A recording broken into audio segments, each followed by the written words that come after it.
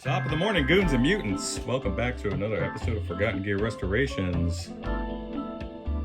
And I'm back. Summer is in its waning weeks for the school year as far as that's concerned. And that means I get to go back to work. And my therapy, which is this stuff, resumes right now. All right.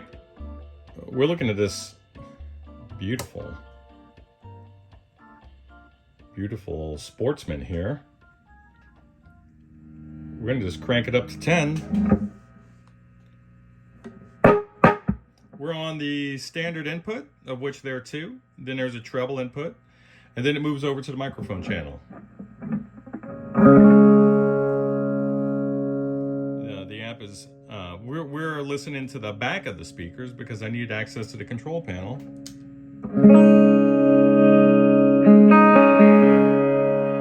Very chimey.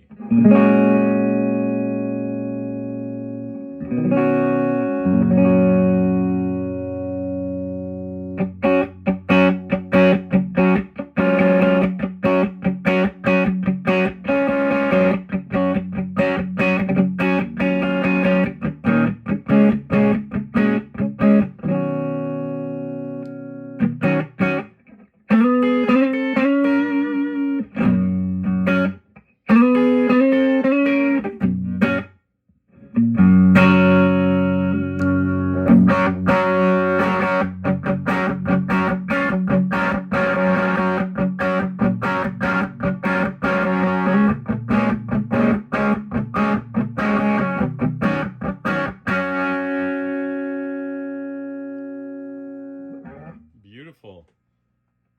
So let's move on over to treble.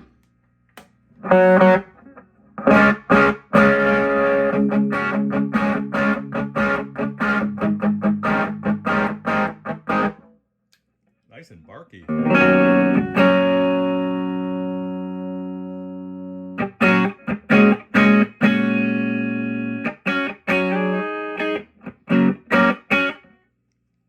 Love it.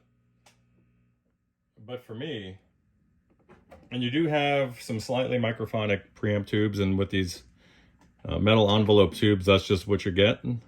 But she is very quiet considering. This is, you already know what's up with this one.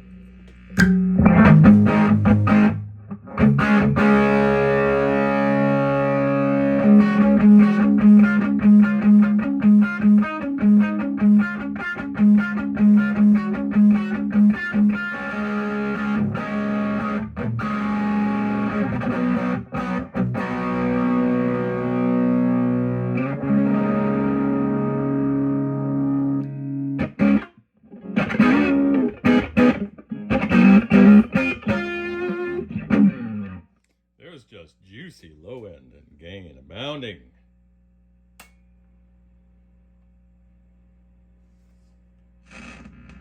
That's my guitar's volume there, sorry.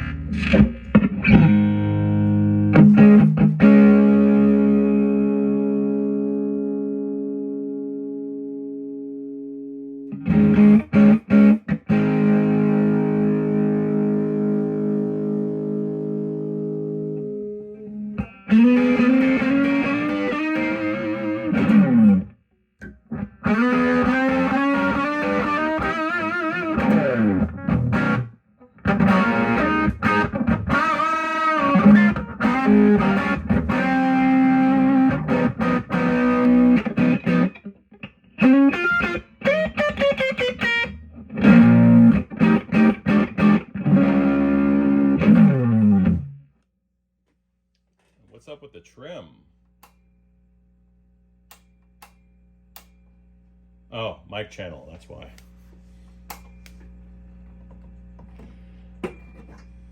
Or is it? Let's find out. No, I'm scared. Yeah, there we go.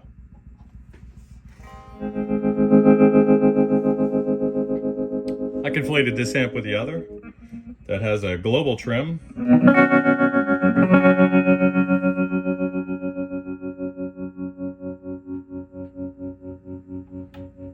Oh man, that mic channel though, gosh, it's haunting me.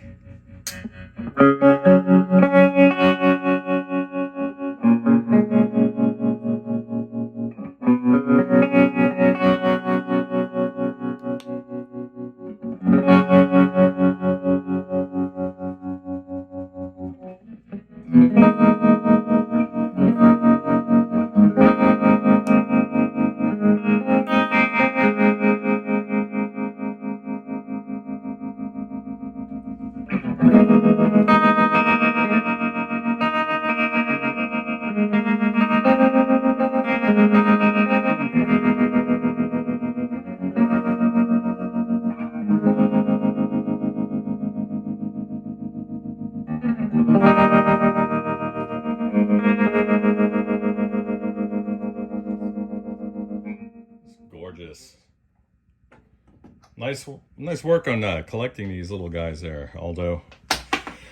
All right, I will grab your other amplifier.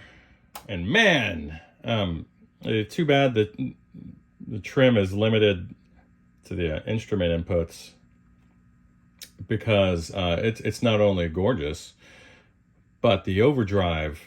Oh my God, dude, the overdrive on the mic channel. It's so chewy. It's just amazing. All right, let me go grab your other amp and I'll throw it up here. We'll do a 2-for-1. A little early 2 for Tuesday for all you older radio guys out there.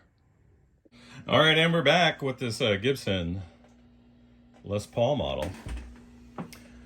This would be the GA40 or GA40T. Good luck finding a usable schematic. Just a beautiful amp. Just the ornate detail here. It's just so much to see. And the more you look at it, the more you see. It's gorgeous. Love it. All right, let's get her fully cranked up. We're on an instrument channel. And we're going to just run... We're going to run the treble all the way up because typically that's what you need. But maybe you don't. So let's get this guy all the way up. Oh my God.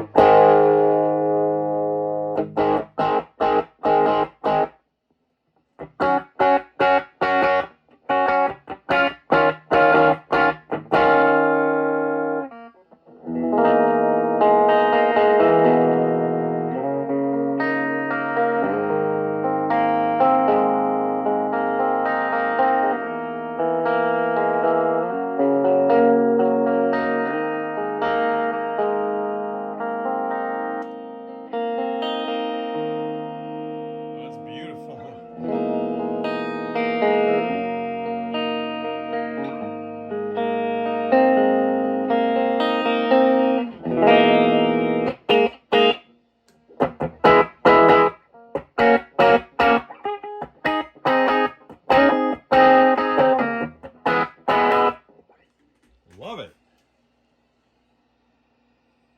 She is juicy. Let's head straight into the mic channel.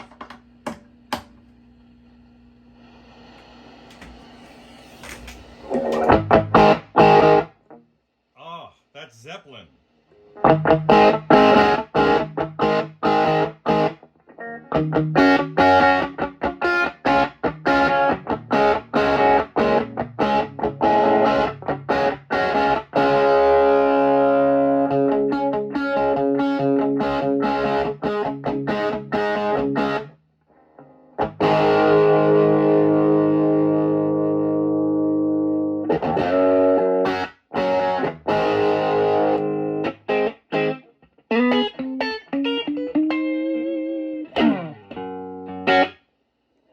So barky.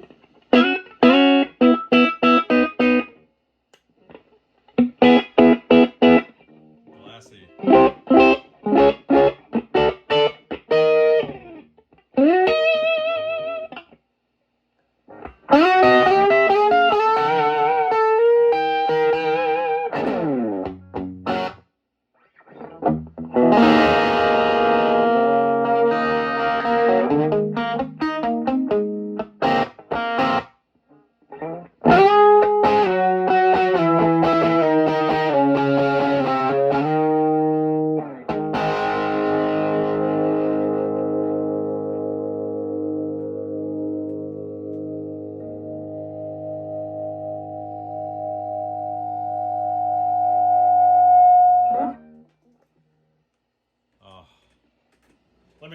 this off here. So what's the lesson learned with these old amps? It's you get one with a mic channel, and then you'll be in bliss with a humbucker equipped guitar or a nice hot telly. Well, this actually wraps up the old Tone Herd project, Aldo. All 4 amps. And it seems like in as many months, huh? Thank you for your patience with the turnaround time. Thank you for you guys weathering the summer onslaught with me, slowing the tempo of the content down, and that's what I had to do. Because guess what? There's a family side. There's a family side. But I sure am glad. I'm glad that I have the cycles back for this. So what's coming up next? Next, as I turn around, we have the 2 blondes. We'll be going through those guys. I have a Fender electronic echo chamber, which I'll be looking at as well. Normally, I don't handle electromechanical devices, but I'm gonna. This is a guy who just kind of needs it working. And then I have 2 triple rectifiers from the Mesa Boogie lineup. They're going to be getting new input jacks. One of them is squealing like a pig. There's no doubt. There's going to be some recommendations for getting those 400 volt phase inverter caps out of there, and having those things replaced with some nice 630 volt units.